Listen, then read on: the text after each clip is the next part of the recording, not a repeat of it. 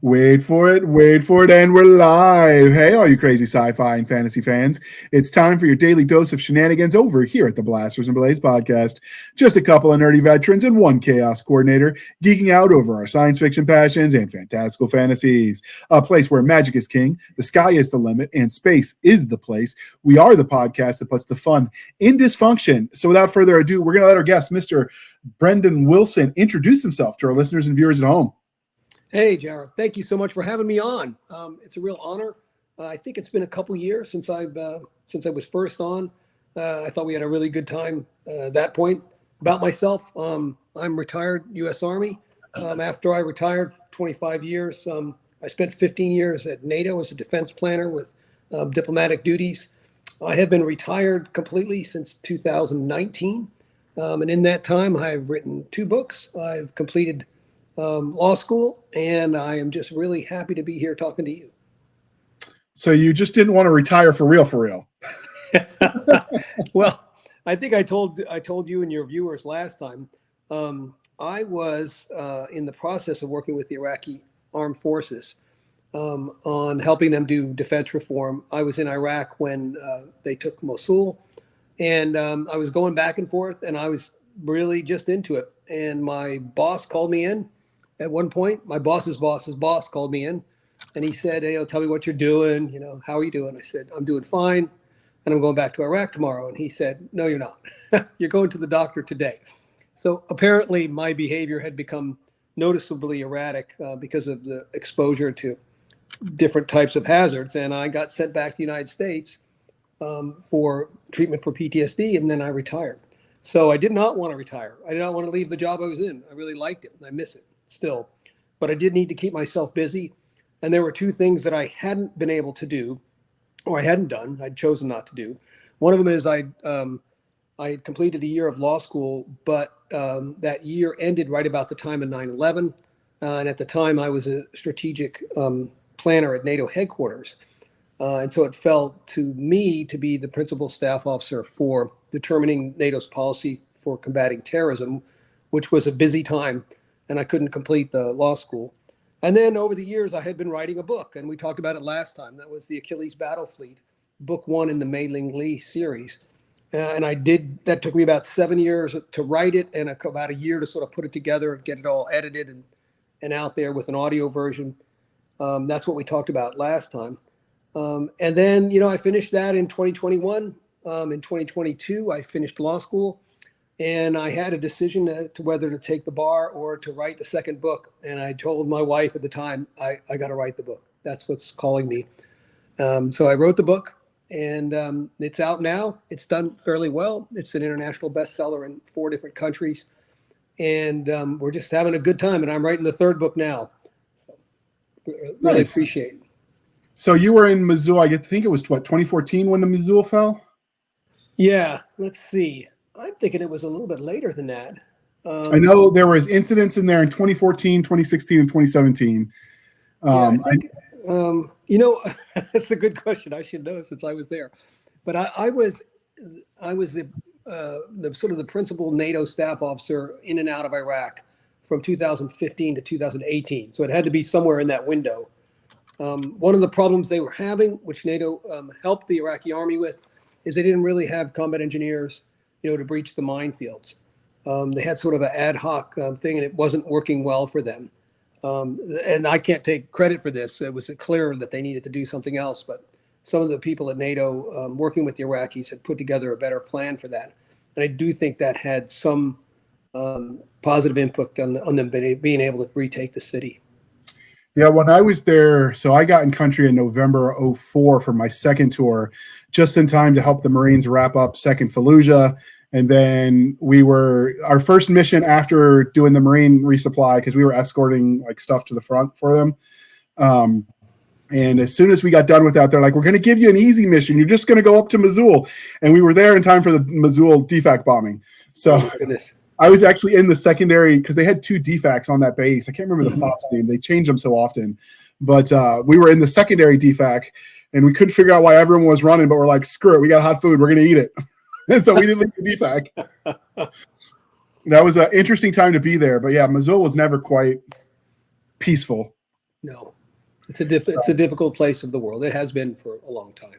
Well, since we're still talking about your Army stuff, we'll do the military questions first, and then we'll jump back to the religion question. So, obviously, you served in the Army. Do you feel like your experience in the Army affects the way you tell stories now that you're writing novels? I do think that. Well, there's sort of two things that I think apply. One of them is, how do you approach the way?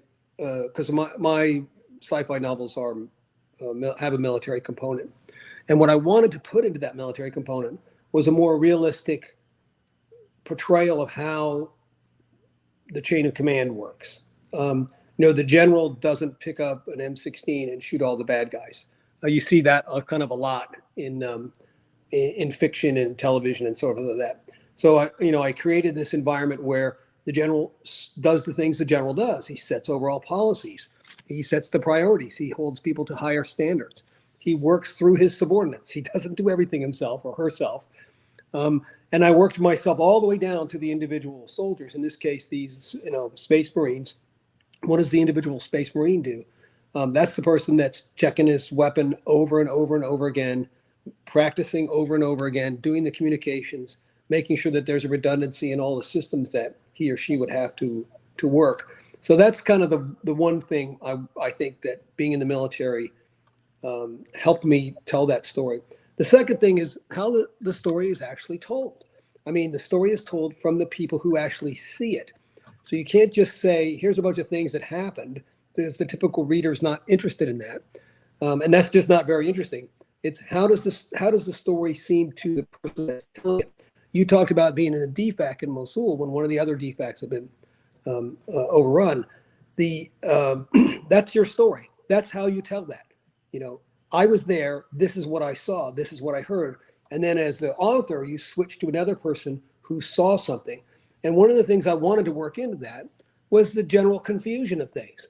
You don't always know what's going on. So you tell the story with a realistic amount of uncertainty and confusion, maybe a little bit of fear, maybe a little bit of panic as people are the story gets unfolded, so that the reader gets a realistic picture that they have to kind of put together themselves. You can't just give it to them. They have to determine what's happening from the different views that are given. It's that old expression, war is a democracy and the enemy gets a vote. You know what? I have never heard that, but that is a good saying. I like it. My platoon sergeant used to say that all the time. You mentioned about the generals not, that's the one joke about Star Trek is the captain of the ship is never on the away team kind of thing. Yeah. The best depiction of that was, have you seen the movie We Were Soldiers or read the book? Yeah, I read the book and saw the movie. Yeah. Same. So the guy that when I was in college, my historiography paper for my history undergrad was on that situation, that book. That one in Black Hawk Down. But so in that scene where they've got the sergeant major and they're on the landing zone and the reporter asks him why he doesn't have a rifle, and sergeant major answers that if it gets bad enough that I need one, there'll be plenty lying around. That is the most accurate depiction of what a scenario looks like if you've got that level of seniority, like manning the rifle pits. Yeah, that's right. They nailed it, which it kind of helps that Hal Moore kind of was been there, done that when he wrote the book. Mm-hmm. With the reporter. So you obviously, your time in the military, obviously it taught you the self-discipline to push through, because a lot of people want to write a book. Not a lot of them actually sit around and do it. And even those that do, not a lot finish it. Do you draw on people that you knew while you were in when you're designing these characters? I have done some of that. Yeah, that's for sure. So one example is, I went through the Army Ranger School, and then I was a field artillery officer. But I did go on an operation with the Ranger Regiment at Joint Readiness Training Center at Fort Polk. It was kind of an odd thing because we weren't supposed to go on it. And apparently the artillery battalion that was supposed to come with the regiment from Vincenza couldn't come for some other reason. And because I was at Fort Polk with the artillery battalion, they said, "Oh, you guys are at Fort Polk. You can do it," right? So, which is really interesting. So we got 6 days notice to get thrown into the box at JRTC. And my job was to set up a fire base. We had 2 batteries and a headquarters element. And we were not used to that kind of warfare. We were 155 self-propelled. We were used to moving. We weren't used to holding a perimeter like that. And so the bad guys got inside the perimeter, and it was a real mess. So I had called for the Ranger Regiment to send somebody to come help me, So, and they eventually did send like a squad over, and they are really good. Let me just tell you, they moved through that area, and this is all with lasers, and it's being simulated. But they took out all the bad guys in minutes, and they didn't have any casualties. They didn't have any missed round. They were just really that good. So God bless them. But the sort of humbling part was I had like 179 soldiers, and about a third of them that were casualties. And then the commander of this squad was a Ranger major, and I was a major at the time. And he came over and he said, "You guys are pathetic." Thank you. He said, "You got almost 200 people here. Why did you need help from me?" I said, "Well, thanks a lot. We've been shooting for you all day." But I wrote that into the novel. So the idea that the extremely well-trained, rehearsed, dedicated Special Forces people, in this case, they're Marines, but they're sort of based on my experience with the Rangers, are really, really good at what they do. It's all been rehearsed. They know exactly what to do. They know all of the contingencies, the redundancies. They know how to do weapons. They know how to do communications. They know how to do medical. They know how to do explosives. They don't make mistakes. They get it done. And I did work that in there as sort of a tactical type of approach. The other thing I did is I did base some of the characters to a certain extent on people that I had known. And I mentioned this last time, that one of the major military characters is Admiral J. Chambers. The J. Chambers is the name of a childhood friend of mine that I grew up with. When I was in high school, my parents died, and his parents took me in so I could finish high school. And then he and I went to college together. We were roommates. We entered the Army together, went to Ranger school together, airborne school. And then he went off to the infantry, and I went off to the artillery. And I kind of lost close touch with him. And in 2009, he died. And he just was one of these people that, everybody that knows him understands what I'm saying. He was a real hero. And I asked his widow whether I could use his name for this character, and she was just really gracious about it. But the character, he's a great leader. He knows how to lead. And I think Jay was a brigade commander when he had to leave the military because of his illness. And I think that I tried to do justice for him by naming the character after him. Yeah. So I think it's true. Yeah. We look for things that we know, and we try to model it on what we know, and then bring that to life in fiction so that it's realistic for the reader. Well, so I'm going to give you a funny story so we can lighten the mood a little bit. So okay. You mentioned having to call the Ranger. So before the initial invasion of Iraq, so this was after 9/11, but before we invaded in 2003, they had my National Guard unit, because we were federalized, but they're like, well, you're still nasty girls, right? You're still National Guard. So they figured we were about as incompetent as they expected the Iraqi National Army to be. We got to be the OP4, and we're supposed to defend this perimeter at Fort Bragg for our forward operating base. And they had like our squad leaders. I was still a corporal at the time. Our squad leaders, all the NCOs above corporal, were like, we're going to the NCO club. They're not supposed to start for 4 more hours. We've got time to have a luxury lunch. You guys dig the foxholes while we're gone. Ooh, that's not a good thing. Yeah. No, that's bad leadership. They got their butts reamed by the sergeant major. But then we realized as we're digging them halfway through, like they didn't interlock any of these fields of fire. So now we're having to pull back, redraw the line essentially. And at right about the point we realized our fighting positions were poorly laid out, the Rangers that were part of the attacking force with British forces that were visiting as well, they're like, well, we never start the battle on time for the enemy. That's just too convenient. So they attacked early. And we were getting reamed. And so I'm like, I know, I'll call air support. I seem to remember I halfway stayed up for that class, and I messed up the math. And instead of dropping it on them, I dropped it on us. So the sergeant major gets there, and he gets all the NCOs, and he's like, anybody E4 and below, even the corporals, get the hell out of here. You don't want to hear this, or I don't want you to hear this. And the Brits ended up taking us out to the bar drinking, because they weren't allowed off until the initial exercise, and they thought for sure it would at least be a couple hours, not the first 15 minutes. I killed everybody. Very good. Oh my goodness. And then we did it again. Same results, only this time the NCOs were there to mess it up instead of me. So we did not do well against the Rangers, and then again later against the 82nd. There we go. Well, so, but that's why you train, right? And that's one of the things. That's exactly right. Yeah. I remember being at the National Training Center, and as a major, this is out in the Mojave Desert, and my fire direction officer was a very competent young captain. Came to me shaking his head, and he said, I made a terrible mistake. He said, we were kind of in a hurry, and I transposed the grids, and I dropped artillery on our own troops. And, because they war game it, those troops are quote unquote dead. And he was devastated. I mean, he wanted to quit. And I said, we didn't come here to be perfect. We came here to get better. That's why we're doing this, right? Just go back to work, do the best you can. I wasn't upset at that. It was a training exercise. We took a shot on the evaluation, but that mistake's not going to happen in combat with that officer or with the people around him, because he knows not to do that now, even when he feels like he's in a hurry. So I agree. That's why we train. I mean, I still I deployed. I was at almost 10 years from boot camp to when I deployed for my last deployment. And I still had visualizations of my drill sergeant, he was anal about closing the dust cover on your M16, because that's how you get grit in the barrel. You want to keep it clean so you can fire longer and more accurately. And those lessons, they stick with you, because, you remember that time you got your ass handed to you. Yeah.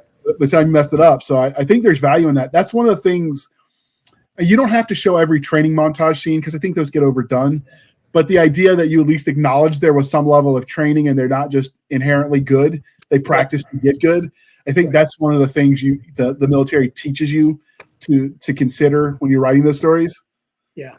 And consequently, people that didn't get the training, like when you write about militia or, insurgent forces, maybe they're not as good because of that. I think you're onto a good point there. There's no substitute for training. I think I mentioned this in the last one, but there's also no substitute for reviewing what happened. So I actually stuck in a formal after-action review into the first book, because I just wanted to do it. So my editor didn't want me to do it. But, it's what were you supposed to do? What happened? Who did what? What did the enemy do? What were the results? What can we learn from it? And I literally had a whole chapter after one of the battles where they had gone through that. And the other thing that I worked into there was that, no plan survives first contact with the enemy. And all of my military operations, all of them, including in both books, it's always never what they plan. But there's still a point to having a plan, as you know. If you don't have a plan, then you haven't rehearsed any contingencies either. So when you plan these battles, when you're writing the books, do you sandtable it out, or do you just do it all in your head? I do it all in my head. And unfortunately, a lot of times for the battles and for other things, I don't actually know what's going to happen next. It just sort of comes to me, or the situation develops, but it's never what they think it's going to be. They're entering the atmosphere of a moon, and they don't realize not the atmosphere. They're coming into a moon and using their spacesuits, whatever, and they're starting to get some turbulence. They don't realize that there's a very slight atmosphere which they hadn't planned, and then that throws the whole thing off. And what are they going to do? Well, they have to come up with a plan. They have to do it now while they're in free fall. And, that's the way I think good military people do, they just come up with a new plan. So obviously we're about to get deeper into your book. So rather than do that before, we're going to knock the religion questions out, because everybody expects those. And then we'll start talking about the book, but we've kind of been doing that as we talked all along. So, great. All right. So Star Wars, Star Trek, or Firefly? Okay. I'm going to have to say Star Wars. Do I have to justify that, or do you just want to hear Star Wars? No. I'm curious why you like it. I mean, there's no justifying it. It's you like what you like. Well, Star Wars, of course, is closer to my type of writing. So I've taken the protagonist, a young person with some skills, and put them in a situation where they have to make decisions as part of a journey that they're on. There's not enough information for them to make the decision fully. There's not enough time. There's lots of stress, and they're inexperienced, and they still have to make those decisions. that's kind of what you're getting with Luke Skywalker, right? He's figuring it out as he goes, and whereas Star Trek is a little bit more organized. They know what they're supposed to do. The fleet has its procedures. The captain's fully qualified. That's not as interesting to me for the way I write. Okay. And because we're polytheistic here at the Blast and Blades podcast, Game of Thrones, Wheel of Time, or Chronicles of Narnia? Oh, gosh. I'm going to have to say Game of Thrones. Pretty much for the same reason. You got interesting characters, and you're following those interesting characters through different types of trials, including journeys. Narnia, I love the Narnia stuff, but that's just completely different. And that, of course, has more of a religious, theological sort of approach to it, which you don't really find in Game of Thrones. Okay. And one of the crying shames of adulthood is they do stop asking us this question, so we brought it back. What is your favorite dinosaur? Okay. So I don't really know that much about dinosaurs. I gotta say, just from watching the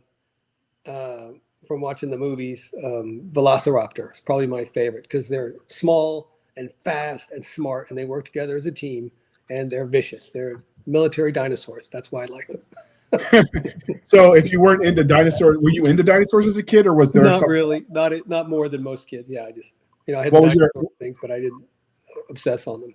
What was the thing you were into when you were a kid? Is there any one thing that you were like? Oh, that's a good question. I really liked baseball a lot, and I played baseball a lot when I was a kid. And when I got to be about a sophomore, junior in high school, I got cut for the baseball team, which changed all of my life. And that day, I actually went down and joined the martial arts club, which I've now been doing 50 years since that happened. And that's kind of changed my life a lot. And that works itself into my writing too. Okay. So I'm going to assume your books will pass what I jokingly call the Barbie test, because sometimes people writing, combat, or if you read romance, the intimate time, they forget the limitations of the human body. And you'll read a scene and you're like, well, as long as he can detach his left leg and then reach around and reattach his leg, that scene works. But otherwise, physics aren't on your side. Okay. People that have experience with combatives tend to, or dance or anything where you've got to be in tune with your body, they tend not to have that problem when they write. Yeah. Well, I've tried to have it both ways. So Mei Ling Lee is a martial arts master. And she was in the academy. She was in her senior year, the captain of the martial arts competition team. So I put her as someone who's fully competent in the martial arts. In the most recent novel, she crashes on a distant, uncharted planet, and she finds there, to her surprise, a Mongolian monks who are training in the martial arts. The story's a little bit more complicated than that, but she begins to train with them, and one of the first things that she does is she throws a high kick. And the monk says, "Oh, that's very impressive, but why would you do that? You're just risking, an upset. And it's so much easier to kick, to the legs." And so the very first time she spars them, she tries to throw a high kick, and he traps it and, takes the other leg, and she's down on her back. So it is kind of this reinforcing that the martial arts should be very basic. And in the first book, there's actually a martial arts training scene where I think it would probably meet the standard you talked about, which is they're doing combatives with the Marines, and the Marines are going straight forward, one or two things, because they don't have time to be fancy. So anyway, but I did try to have it both ways, because the monks actually show her some techniques which verge on the supernatural, which later she uses to save her life. Nice. What made you decide on? Well, hold on. We'll do that. What made you decide on Mei Ling Lee as a character? I mean, you could have created anybody as your primary character. What made you decide to go that direction? Well, one of the things I've done over the years is I've taught women's self-defense. Okay. And I've got a lot. I'm very happy with having done it that way. I used to, for a short time, I used to teach at a Baptist church in Belgium. I teach, the students in a Baptist church. And a lot of the women, were the young women were taught, that they didn't play sports. They were supposed to defer to their elders, to men, and they weren't very aggressive. And their parents would just drop them off at the class and then pick them up, drop them off, pick them up. And after a few months, we'd have a test. And for the test, we'd ask, the pastor to come in, the parents would come in, we'd have chairs set up, we'd give them a little speech, and then we'd go through the test. And you could watch the look on the parents' face when their 16-year-old daughter could spar, and I realized that this is a certain amount programmed, but they could take down larger men who are attacking them, with a rubber knife or with a stick, and they would break boards. And you could see they couldn't believe that their daughter could do that. And I'm thinking, when I don't really look at it just in the issue of self-defense, but I think it's good for people to have the confidence in their own body so that they can sort of stand up for themselves when they need to. So what I wanted to come with the main character, I wanted to go with a woman. And I think I did a pretty good job of trying to display what it's like to be a woman in a very masculine world. One of the really kind things that somebody had done for me, Cynthia Rothrock, who is the queen of martial arts cinema, probably the most prominent female martial artist, still making movies, Hall of Famer. She wrote the foreword for the book. And one of the things she wrote in the book was that she wrote, the adventures of Captain Mei Ling Lee will ring true for any woman who has had to fight for her place in life or in her chosen profession. I was really happy to see that from a woman, a very competent woman martial artist, because I was trying to bring that out in the book. So that I think Mei Ling Lee does a pretty good job of that. So how did you get in touch with her? Did she reach out to you? No, she would not have reached out to me. So one of the things we did between the first book and the second book was we used a different publisher. So the publisher is Jesse Bowen. He is the head of Elite Publications, which is an arm of the American Martial Arts Association. In 2022, I was inducted into the Martial Arts Hall of Honor, and they'd given me an award for that, for outstanding contribution to military martial arts. And my wife pointed out that they have a publishing arm. So I contacted him. I said, hey, are you interested in publishing my second book? It's sci-fi, but it has a martial arts component. So I talked to him. I called him. He's just one of these guys that gets things done. He's very enthusiastic. And his head of marketing is Jessica Phillips. And they were both on the line with my wife and I, and we were talking to him, and he says, this could be an international bestseller. Yeah. Nice. If you go with us, it'll be an international bestseller. So one of the things that he did was we went out to another martial arts conference, and he took me over and introduced me to Cynthia Rothrock, which was easier because he knows her and he's done work with her before. So rather than me just walking up and saying, hi, and he said, Brendan would like you to write the foreword for his book. She said, well, send me a synopsis, which we did. And she came back, she said, I'll do it. So yeah, we reached out to her, but she was kind enough to have read the book and taken the time to write the foreword and allowed that foreword to go forward. And then she's also actually done some advertising for us. She has tens of thousands of followers on social media, and she's advertised the book through that. I was just really grateful that she did that. So that's how we got in touch with Cynthia Rothrock, and we're going out to another conference in North Carolina on the 9th and 10th of August, and she should be there, and I'm looking forward to talking to her and thanking her in person. Nice.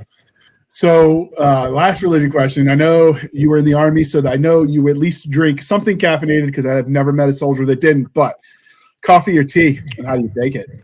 Okay, this is my coffee cup. I'm going to put you solo screen so people can see it. There we go. 173rd? Yeah, so that's my old battalion that was part of 18th Airborne Corps when I was a battalion. Okay. S3. I'm a coffee drinker, and I always have been. And in fact, my wife and I, we actually have two coffee pots. So we've got one of these things that makes, an individual cup, and then we've got a coffee pot. So whoever gets up first, right, goes with the individual cups. And then when you hear the other person getting ready to come downstairs, then we start the coffee pot. So we go through at least a coffee pot and a few extra cups every morning, just between the two of us. Yeah, I'm a coffee drinker. You drink it black or you add cream and sugar? I add a little bit of cream to it. Yeah, my wife's got this frother, which is the coolest thing. So it mixes up the milk, and it's just kind of like a special cup of coffee. So do you drink, because it's summer where we're both at and it gets hot. Do you drink it differently in the summer? Do you still drink it hot? Nope, I just drink it the same way all the time. Okay. So. I've recently discovered a passion for cold brew. So I have been doing the research on how to make it at home. Because I can't afford $4 or $5 a cup every day for that. Yeah. So I got to learn how they do it. But it's the first time I've actually tried a coffee drink that was cold that I liked. Before that, I would have drank it hot regardless of the time of the year. So, all right. Well, now that we got that out of the way, we're going to pause for a moment while we shamelessly shill for the man, and then we're going to jump right back in and start talking about your book. All right. Good stuff. Southside thief Kai Fletcher thought he could go straight until he couldn't. And when his last job goes wrong, he finds himself stowed away in a starship belonging to an alien crime syndicate. Forced into servitude to pay for his passage off-world, Kai makes a deal. He helps them rob the most powerful alien empire in known space, and he gets to go home. Easy peasy. Until it isn't. Planning the heist, Kai discovers the Empire has stolen ancient alien technology that threatens all other sentient species. He's never been a good guy, but even he has limits. Hunted by both the Empire and the Syndicate, he manages to get on the wrong side of everyone in the galaxy who wants the discovery for themselves. Kai just wanted to get back to Chicago, but instead, he's become the galaxy's most wanted with his sci-fi thrill ride from Michael LaVoice and Athon Books. Available at Amazon.com and Audible. All right. Thank you for sticking with us through that commercial interlude. And now we're back with Mr. Brendan. I do have one bone to pick with you, sir, and then we're going to talk about your book. Okay. You let me publish episode 103 where you were on last time, and I spelled your name wrong, and I didn't realize it. I had it as Brendan Ian at the end instead of A-N. And I'm like, didn't notice it. How did he not tell me I messed it up? It's probably because I'm a terrible speller. I just re-listened to that episode today, and I didn't catch it then either. But don't worry about it. I saw that, and then I saw your book cover. I'm like, crap, I got it wrong. So I went and I fixed it on this episode, but it made me laugh. All right, so obviously before we talk about that, we're going to show the cover, which I really dig. What's the story of this art? Did you have any say in it, or? Oh my goodness, it was the most fortuitous thing. At Christmas time this year, we were visiting relatives in Tallahassee, Florida. And one of the gentlemen who was a guest there, Jeremy Ashmore, has a regular job. He works for the state of Florida, but he is a graphic artist. And I said, oh, do you do, book covers? And he said, yeah, I do. And I said, well, I could really use somebody to do that. I'm just in the process of finishing up a novel. And so I worked with him for a while on it.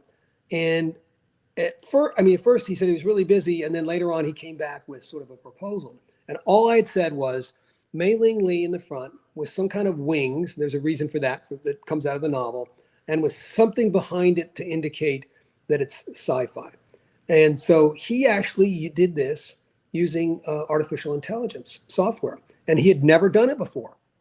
It was amazing. He had like 10 different possibilities of what we could use, and we kind of picked this one out of the different possibilities. We really liked it a lot. I think he captured sort of the essence of the mystery and the action of it. And then the publisher actually has a graphic designer who sort of put the whole thing together, with all the words and the titles and everything, and the spacing and the back cover. So that's the story behind that. Jeremy Ashmore, wonderful guy, a superstar when it comes to that.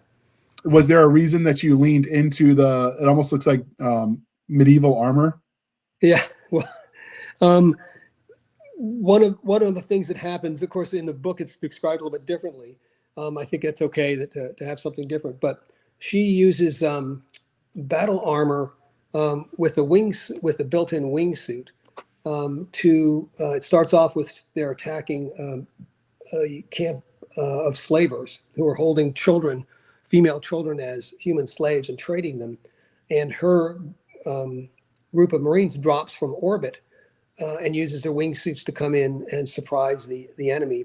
And then later on, she uses her wingsuit because she has to eject from a spacecraft which is disintegrated, and she doesn't have any other option. So she eventually just uses her wingsuit to save her life, sort of. So she makes a crash landing. Anyway, that doesn't look like a wingsuit, but that's what came out of the graphic artist, and that's what we used. So. Okay. It still looks cool. It's definitely regal looking. Yeah. It's definitely some Wings Hussars vibe. Yeah. Okay, so I don't want to ruin it for anybody, but one of the Mei Ling Li she is descended from Kublai Khan, from the grandson of Genghis Khan. Even though she's Chinese and not Mongolian, that's her descent. And in the first book, we talk about the fact that the Mongols go into war with the cold face on, which used to terrify all of their things. It's just an expressionless face which they use to go into combat. And she uses that. And there's mention made in the first book that she is descended from the Mongols. So in the second book, she ends up on a planet where, without explanation, at least in the first part of the book, there is a Mongol community on this planet. And they've been there for over 1,000 years, which is a lot longer than there's been faster than light travel. And they're like 100 light years from Earth. They're from Earth, and they speak Mongolian, and they know when they left Earth. And she says, well, how did you get here? And they say, you brought us here. She doesn't know what that means. And they said, you are the war goddess, Dachi Tengri, which is the Mongolian war god. And she says, no, I'm not. I'm Mei Ling Li. I'm 30 years old. I didn't even know this planet existed until I crashed here. And they are absolutely certain that she is the war goddess. And they even show her a tapestry that shows what is clearly her coming out of the sky wearing, a battle armor and a wingsuit. So there's a mystery there. You're going to have to read the book to find out how that mystery sorts itself out. So I don't remember if we asked you last time, but like I said, that was episode 100. This is like 416. So there's been a bit of time for everybody. Do you have actual, obviously you have people living on different planets. Do you have actual aliens as we would understand them as basically non-humans? Yes. In this case, there are non-human aliens introduced on this planet. Some of them are hostile. Some of them turn out to be friendly. And Mei Ling Li has to deal with both. Okay. So when you were designing your aliens, how did you go about doing that? Did you just, Star Trek, Star Wars take vastly different? So Star Trek, because budgets, was Forehead Ridge of the Week with weird dots. Star Trek got a little bit more creative, or Star Wars, got a little bit more creative. Did you split the difference? Did you go with more animalistic? So there's several types. There's one type that is introduced because they are attacking this compound that she's in. It's the wall of a village, and it's being defended by the local constabulary. And there are monsters there. They're 3 meters tall. They're huge. They're somewhat humanoid, perhaps semi-intelligence. They can use some tools. And the locals call them the Nephilim, which of course the Nephilim comes from the Jewish Bible. And she says, you mean out of the Jewish Bible? And of course, they don't know anything about the Jewish Bible. They said, well, when we first came here, there was a Jewish community. They've since died out. But when they saw these creatures, they called them the Nephilim. So I use that term Nephilim. But there's other creatures there that it works in with the plot that are basically sort of intelligent mole-like creatures. They're about 5 feet long, and they are excellent diggers. And that works itself into the plot, and they're fully intelligent, and they end up being allies of Mei Ling Li. Okay. Do you address in this book how all that got to be, how the Mongolians and the Jewish settlers got there? Well, that's going to have to wait for the third book. Okay. So she is convinced that they have been there, as long as they've said that. They give her the date according to the Chinese calendar, which she immediately recognizes as about 1200 AD, which is about the time Genghis Khan began to consolidate control over the different Mongolian tribes, and they were a Mongolian tribe that wouldn't submit to his authority. And of course, he wiped out everybody that refused his authority. Their view is that Mei Ling Li came in a starship and took them to this planet, their ancestors, 1,200 years ago. She does not understand that because that did not happen. But there seems to be some evidence of that. And then as the story develops, it turns out that there is a time travel element to the story. How they got there, how she brought them there, that hasn't been determined yet. You're going to have to wait for the third book. Okay. That's almost, in the Roman lore, the Ninth Legion disappears. And they think they disappeared in the Highlands of Scotland. I like that you use that concept, missing out of time, for a story element, because it's always fun. And there are not a lot of units there or organizations where people disappeared where you could do that with and make it historically plausible. Yeah. Well, there is actually, the Mongolians do have a sort of a mythology of a lost tribe. I used that tribe's name.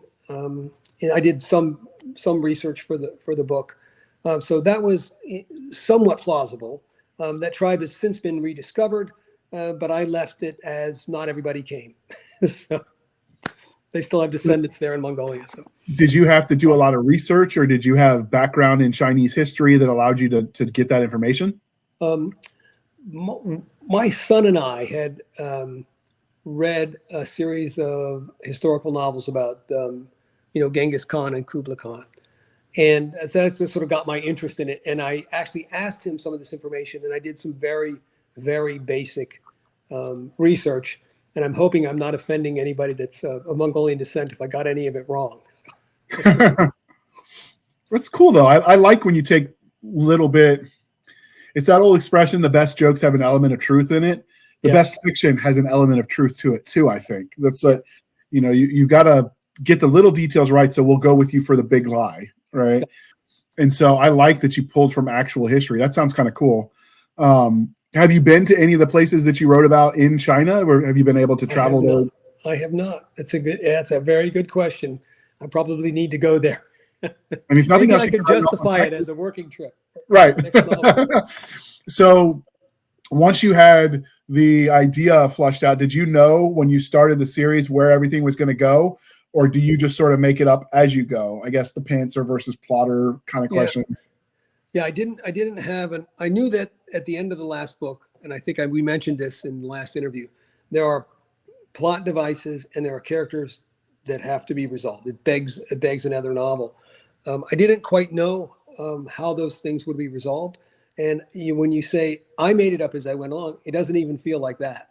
It feels like it comes to me almost from the outside, because I'm not really they'll be escaping from bandits in a damaged ship and the missile is inbound. I don't know how they're going to solve that situation.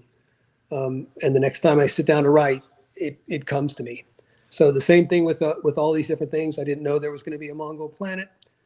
I didn't know how she was going to get there. I didn't know how she was going to get off it.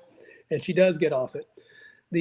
I did set it up, and I may have outdone myself, because the book has an incredibly good cliffhanger. And the people that have read it have said, oh, that's really something. That's amazing. One of the reviewers had said, goosebumps.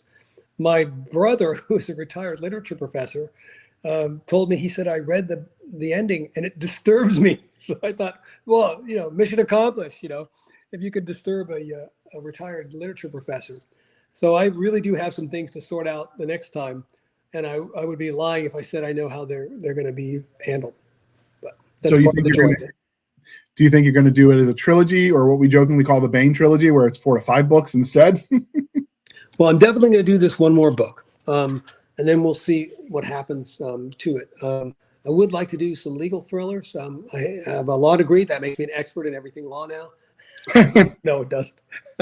Well, I'm just going to have to see where that goes. But I definitely want to keep writing, because that's really where my heart is. It's where I'm happiest. When I'm writing, it's good therapy for me. I just recently wrote an article for one of the AMAA's magazines about writing through despair. And I talk a little bit about having using writing as a therapy when I came back from Iraq and I was really feeling bad. That's actually how I got started writing too. Through the VA, they did a writing as therapy class. Really? I should take one. Yeah. Well, that was not. It wasn't a sanctioned VA class. It was just held there. The professor from the College of William and Mary volunteered to do it. I think her husband was military, and of course it ended when she left because obviously she was the facilitator. But they do that periodically. They have sometimes, like at least the Hampton VA will have art students from like VCU or Virginia Commonwealth University or some of the other local colleges that'll come and do like paint therapy or music therapy. Like it's not official, but it's offered. And I actually found the arts to be very therapeutic. So I'm definitely there with you. I joke that I get paid for my therapy now because I write it in a book. I think it's a good idea. In this article I mentioned, have you ever read Conrad's Heart of Darkness? I have. Yeah. Okay. So, and you've seen the movie Apocalypse Now, which is based on, well, I kind of felt like that a little bit, when you're real busy and you're doing everything you can, and sometimes you find yourself in very difficult, dark circumstances. And every once in a while you just come up for air and you go, who am I? What am I doing here? What have I become? What have my decisions made me? And I think that's kind of part of what Conrad is after. With Kurtz going native, and of course it's not just Kurtz, is it? It's everybody that's involved in that has some sort of transformation that may or may not be positive, but at least it's revealing. And I kind of felt like that. And one of the things that I had written into the book was, this is what Mei Ling Lee goes through. There's a scene in the first book where she has to get in, she has to have a door opened so that the experts can enter a room and disarm this bomb, which if the bomb goes off, it's going to blow up the moon. Because of the materials, it's going to blow up the local gas giant. The star will go. Everything in the solar system, in this solar system, it's not Earth's solar system, will be destroyed. Every living thing, including everybody that she knows, including all her friends. And she only has minutes to sort it out, maybe not even minutes. And she does some really dark things to make that happen.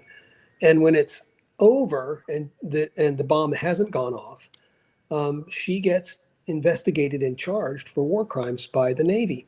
And she's not too worried about that because she's worried about what's actually happened to her.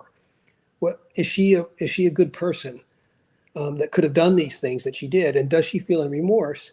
And what does that say? And I kind of wanted to get that out because, of course, I didn't do anything like that. But I think we all have had that experience of coming up for air and saying, what's going on here? And that helped me to write that. It really did. Nice. It helps that you can sort of excise those demons that way. Yeah. Thus they prepare you for war. They don't always prepare you to come home. I think I've heard that time and time again. And I did not have the hard time you did over there. It was just an accumulation of 40 years of it here and there that sort of caught up with me. But I certainly empathize with the people that have come home and had so much difficulty. Many people worse than I have it. That's for sure. There's always going to be someone having it worse. So you learn not to compare when you're going through the PTSD program, because just when you think, man, I had it the worst, somebody shows up and you're like, oh shit, that was a Sunday stroke compared to him. Yeah. My brother-in-law, who is cited in the acknowledgments, he's a former Special Forces sergeant. He gave me some advice on toning down some of the Special Forces stuff that I put in there. But here's a guy that just went time and time again. It has a cost, and I think we as a nation should at least take that into account when we talk about how people should be treated, how the veterans should be treated. Absolutely. So why did you have to tone down the Special Forces stuff? Okay, so I got to go back up just a little bit. You mentioned the Somalia, right? I used to work for Danny McKnight, who was the battalion commander for the Somalia mission. Wonderful guy. When I worked with him, that was years later. He was a colonel then, and he was the chief of staff for First Army, and I was one of the principal staff officers as a lieutenant colonel.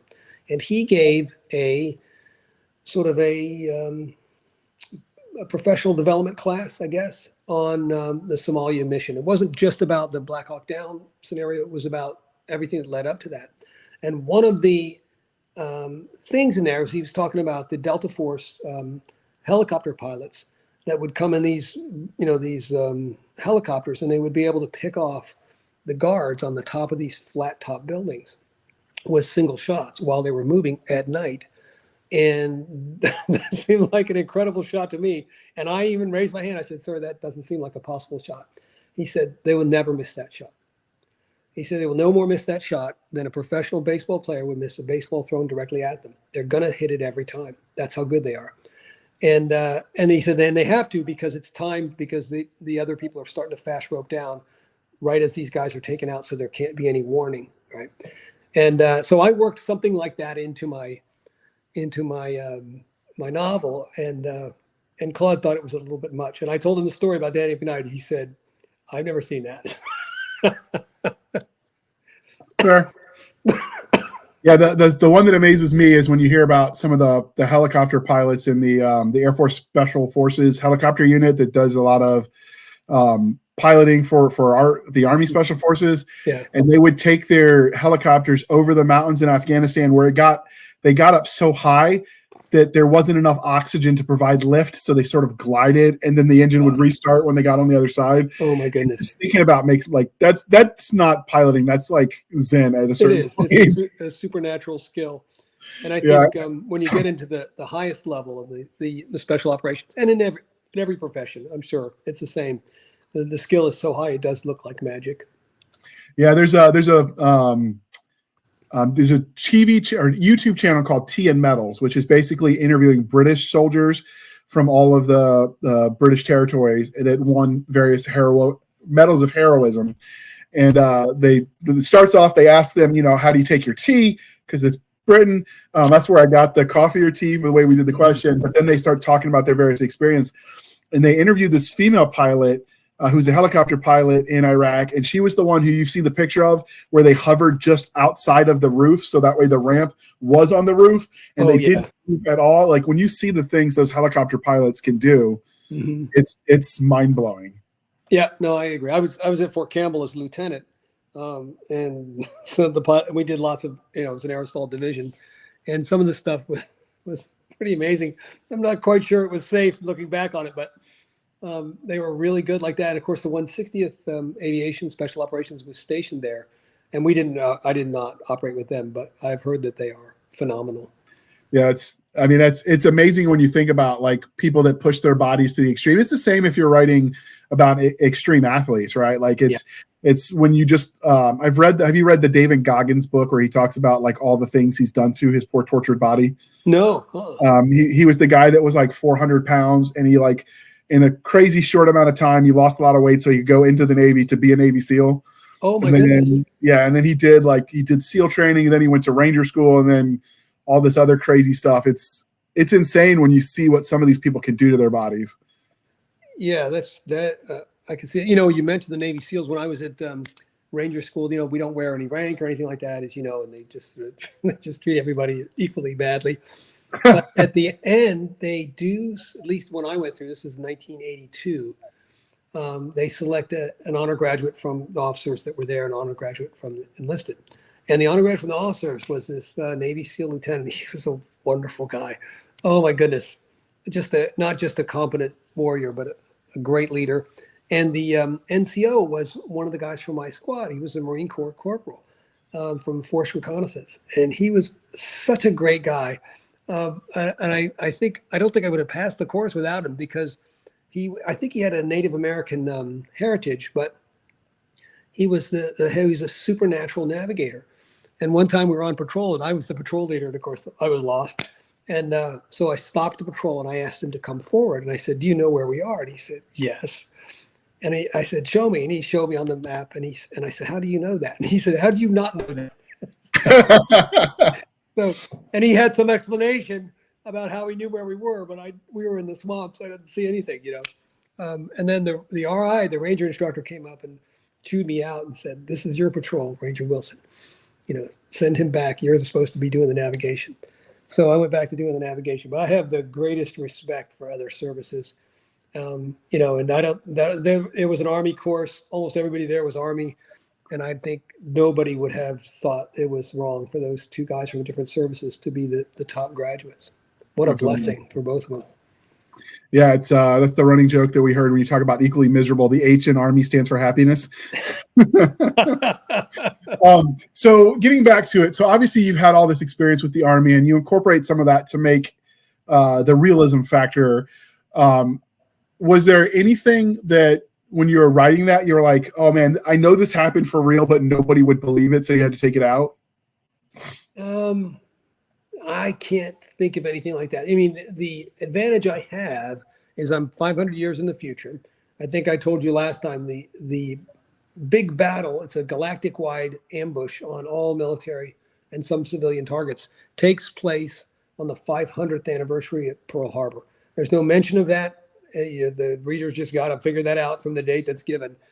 But the advantage I have is that for the things that are unbelievable, I have at least a plausible scientific explanation for how they get to that. So this faster than light travel, I use quantum field theory for that.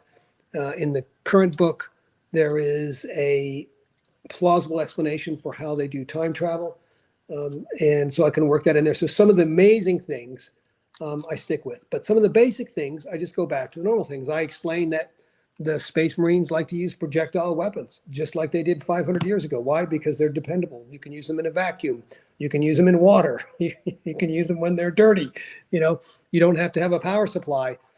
And so I work that in there. So some of the combat scenes are familiar. Even if they're with monsters, they're still familiar. I talk about the ranges that the weapon uses, the effect it would have, and so forth. So I'm trying to balance it between too wild and something that people could sort of recognize as familiar. That is the great debate among military sci-fi about the practicality of plasma, or basically in general, energy weapons versus kinetic weapons. Yeah. Some are convinced that even 1,000 years from now, we're going to use kinetic weapons because it's easy to mass produce them. Other people are like, no, we're definitely going to have, plasma guns or lasers or whatever. It's always fun to watch, and there's plausible answers for both. Like you could argue both and not have to stretch very far. So it's always fun to watch them go back and forth on those forums on that topic. Yep. Even as recently as this past March 2024, there was a huge thread of that on the Army Reddit where they were going back and forth about that, where the future weapons was the topic. I just sat back and grabbed the popcorn because there's no way I was walking in the middle of that one. Yep. Oh, I'll just give one little story. And of course, this is now 40 years ago and things have changed. But when I was out at Fort Sill, a very prominent journalist who had been a first sergeant during the Korean War, and then he retired as a colonel, having come up through the ranks and had been an officer in Vietnam. I can't remember his name now, but he's hugely popular. He used to write sort of a column for Army Times or the other times. And he had came out and he talked about artillery. And he said, first of all, he said that normally the artillery in the interwar years is always looking to do something fantastic. They're looking to do rockets or nuclear weapons or whatever, right? And then when they go to war, they end up going back to cannon artillery for close support. And he gave a bunch of examples about how much cannon artillery was fired in, World War I, World War II, Korea, Vietnam. And in each case, more artillery is actually needed and more artillery is used. And he said, because that's the way it's always going to be. It's never going to be anything different than that. And you guys are just deluding yourselves when you think that it's going to be other than cannon artillery and close support. That was his view, and he got a standing ovation. That's the one thing most people don't realize, because they've compared the Iraq War to World War I more than World War II in that the amount of people with traumatic brain injuries from the explosions. Yeah. And so I remember I sat in a military history class as an undergrad between the no man's land. So on the European front, they fired so many rounds of artillery, so the cannons and whatnot, that not only did they change the geography in that obviously the craters and some of those became, small lakes now because they were so big. They changed the geology, as in they changed the mineral content of the ground. So much lead was dropped into that. Wow. It's insane when you realize how much that makes it, it's all that's old is new again, I guess. Yep. Yeah. So yeah, it'll be interesting. So getting back to your story, we've talked a lot about, obviously it's a military science fiction book with some space opera leanings, and military sci-fi has combat. So what would you, if parents are listening and they're wanting to know, especially I would think parents with young daughters, and they want to know whether this book is appropriate, what age range would you say this is appropriate for? And if it helps to use the movie rating system, go for it. Well, I don't really know enough about the movie rating system. There's no sex in the book, and there's no foul language. There is gun violence and other types of violence in the book, and that's to a certain extent graphic. There's people getting shot, people getting stabbed. There's monsters that are eating people. So I think it's appropriate for young adults, maybe even adolescents, as long as they are aware of that. But I intentionally didn't want there to be bad language in there because I think it's not necessary to communicate what you want to communicate by using that. I think there might be the word SHIT once in 400 pages. In the first book, there's not. In the first book, there's a single kiss, and that's all. There's not even that in this book, so they're too busy to do that. So I think it would be appropriate for adolescents, teenagers, that as long as they're mature enough to understand there's going to be some gun violence. Okay. We've talked about Mei Ling, or is it Mei Ling Lee? Mei Ling is her first name. And okay. Lee is her. Were there any secondary characters that you thought were pretty cool? Oh, yeah. So anyway, I actually abused some of my friends for this. So there is a secondary character who has quite a large role to play, and she plays it in both ones, and that's Laura Zaccani. So in the first novel, Laura Zaccani is a nurse practitioner. She is a civilian. She is part of a group of civilians being evacuated by this space convoy from an untenable planet, and the convoy gets attacked. On December 7th, 2441, and because the medical ship has been destroyed, there's only a few medical personnel left, and she is conscripted into the Navy and treated as a doctor. And she has a big role to play in the first one because she has been given the task to try to understand what these clones are, how they might be controlled, where are they from, how we can combat them, in addition to her normal medical duties. And she becomes a friend of Mei Ling Lee. She has a romantic relationship with one of the other pilots there. In the second book, she actually plays even a larger role, and she's one of the key people that is used for the turning point for the cliffhanger at the end of the novel. She has a child by that point. She has to leave her child to go on this adventure to try to find her husband, who has disappeared, and she believes the Navy believes is part of a criminal enterprise. So she's going to go undercover with Mei Ling Lee and try to find him. And anyway, Laura Zaccani is actually the name of one of my students when I was in Belgium. She's Hungarian. I got her permission, and at the time I started writing this, she was a minor. She's now 25 or something. So she's given me her permission. But yeah, she plays a prominent role in the book. That's the secondary. We already talked about Colonel Chambers, you being used as for Admiral Chambers. There's another character in there, and that is a very prominent scientist. And that is John Raymond. Now, John Raymond is based on my older brother, Raymond John Wilson, who is the retired professor. And my brother was drafted into the Army during the Vietnam War and eventually served as a sergeant. And one of his jobs was to help soldiers get their GED. And he was well positioned for that because he was ABD for his doctorate in English literature, and he's a wonderful teacher. So they use his skills. Anyway, so John Raymond in this case is actually a scientist who is hiding from government assassins and has been for 20 years. So he joined the Navy, changed his name a little bit.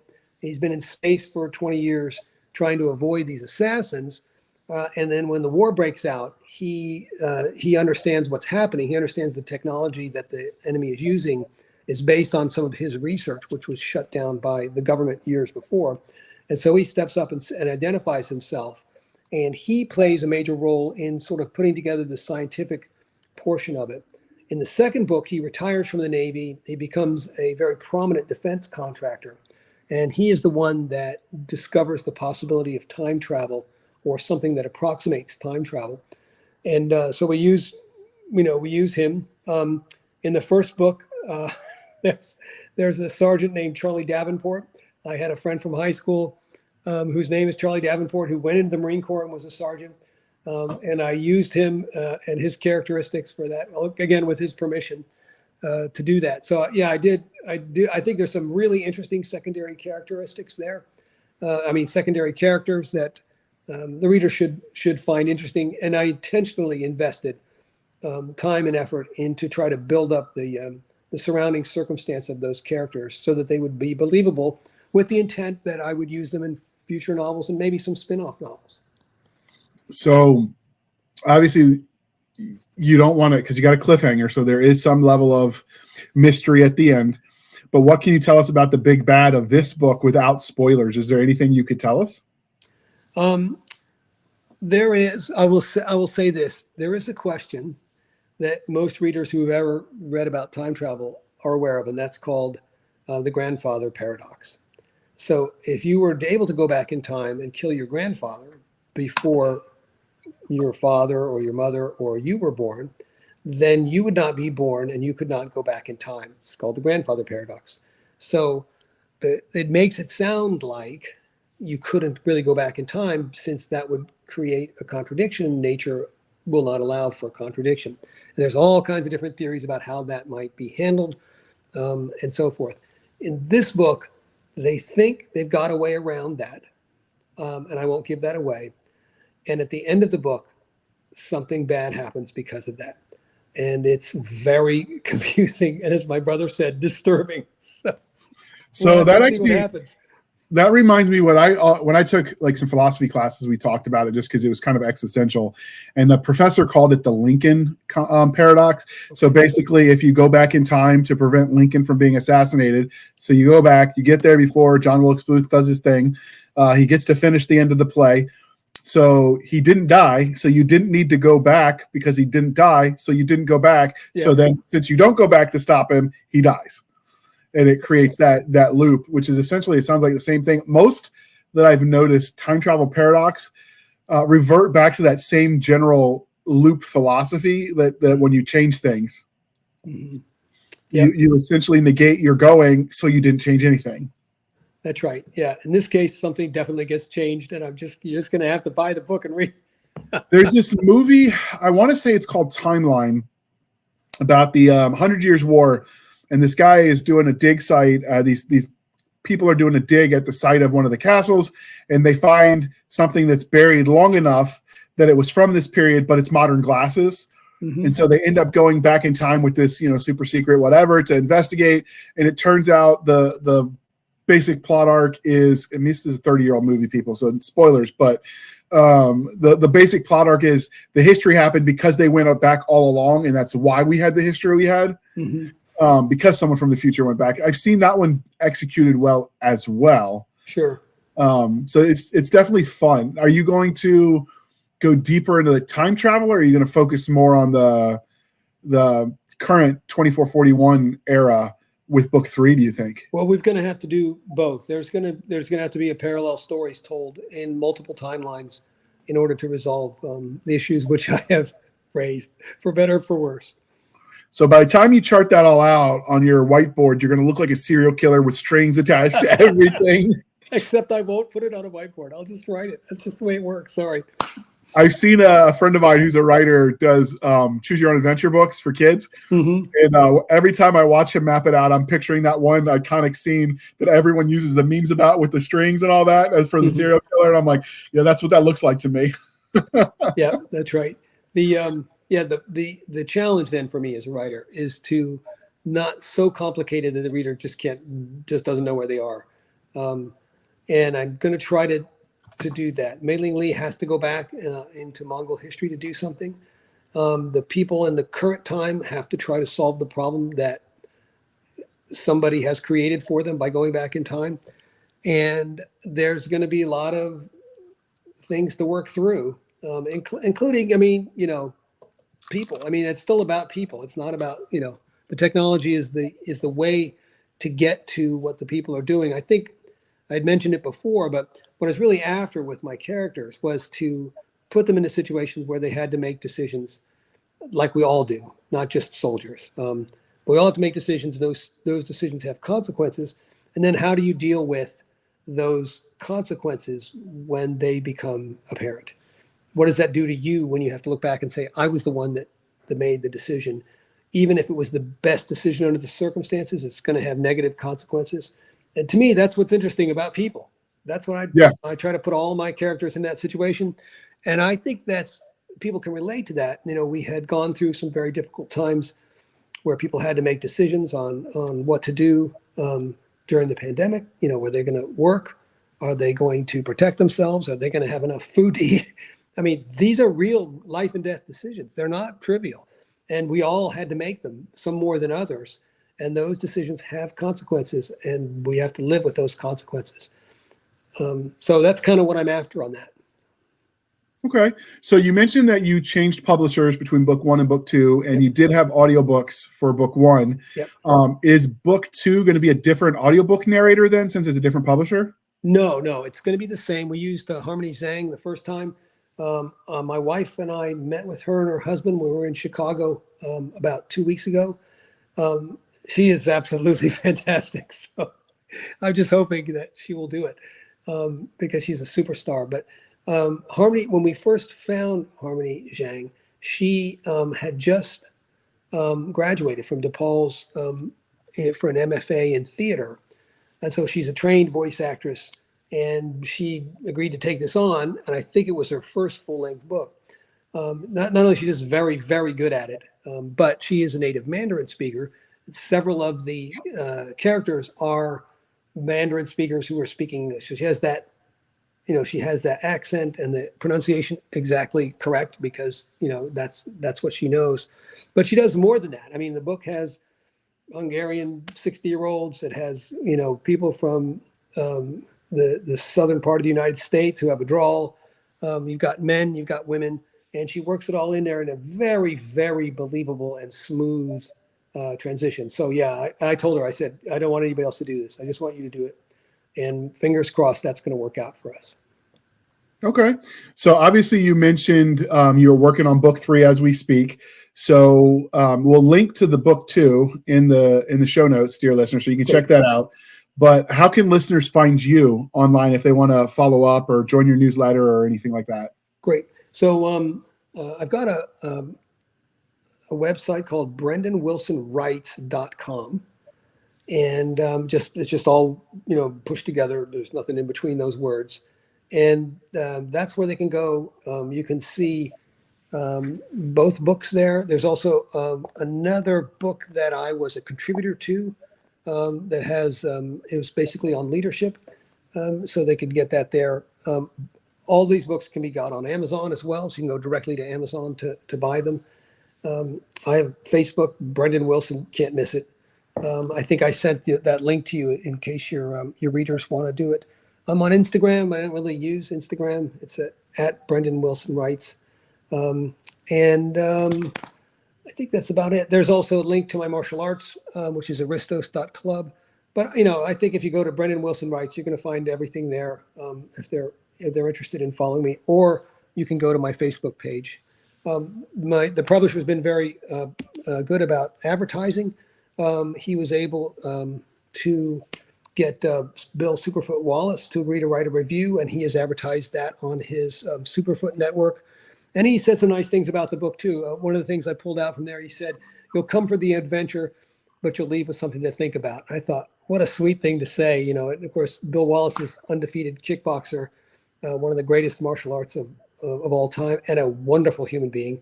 My wife and I met him at a conference, and he just treats everybody like you're his best friend. He's just as friendly and approachable as you can imagine.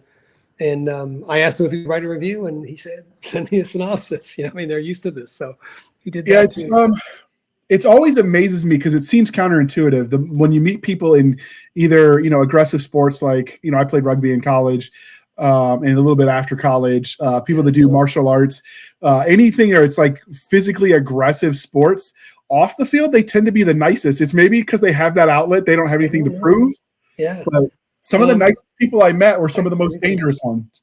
Yeah. If you just go to the internet and type in, Bill Superfoot Wallace, something will come up from one of his, one of his matches.